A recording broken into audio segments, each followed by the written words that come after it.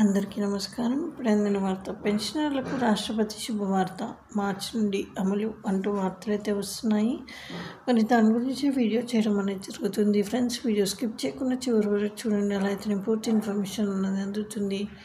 అలానే చాలామంది చూస్తున్నారు కానీ సబ్స్క్రైబ్ చేయడం మర్చిపోతున్నారు. దయచేసి సబ్స్క్రైబ్ చేయండి, అలానే లైక్ చేయండి. ఇక లేట్ చేయకుండా వీడియోలోకి వెళ్ళిపోదాం.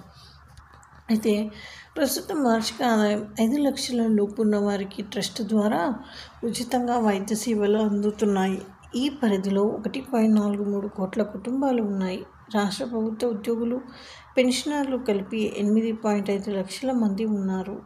అయితే బీమా పథకం కింద ఏడాదికి ఒక్కో ఉద్యోగికి పెన్షన్ సుమారు 7,000 వరకు చెల్లిస్తున్నారు.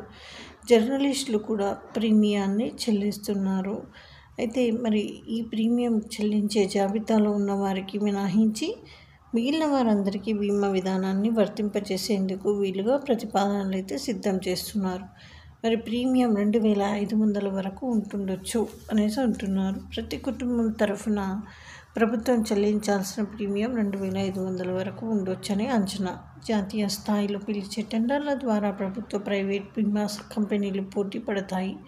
తమిళనాడు, జార్ఖండ్, రాజస్థాన్, మహారాష్ట్ర, ఇతర రాష్ట్రాల్లో ప్రభుత్వ బీమా సంస్థల ద్వారా అక్కడి వారికి వైద్య సేవలు అందుతున్నాయి. WHO అధ్యయన ఫలితాలు వివిధ రాష్ట్రాల్లో అమల్లో ఉన్న ఉత్తమ పద్ధతులను ప్రభుత్వం సమీక్షించింది.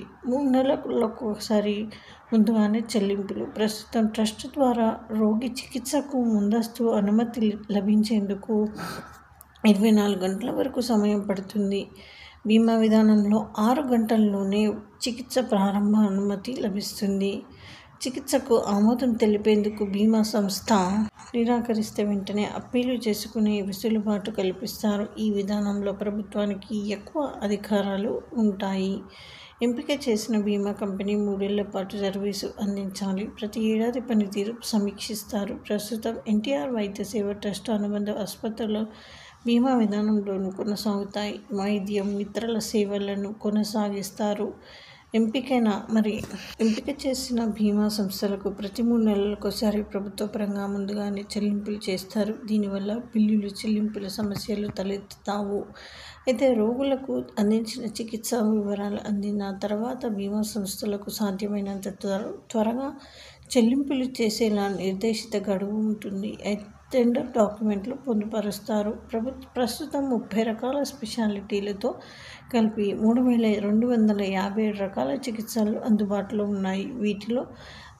వీటిని అలాగే కొనసాగిస్తారు. ప్రధానమంత్రి జన ఆరోగ్య యోజన కింద అందే 1,949 రకాల చికిత్సలు ఇందులో ఉన్నాయి. ఇది friends, thanks for watching. Please like, share and subscribe.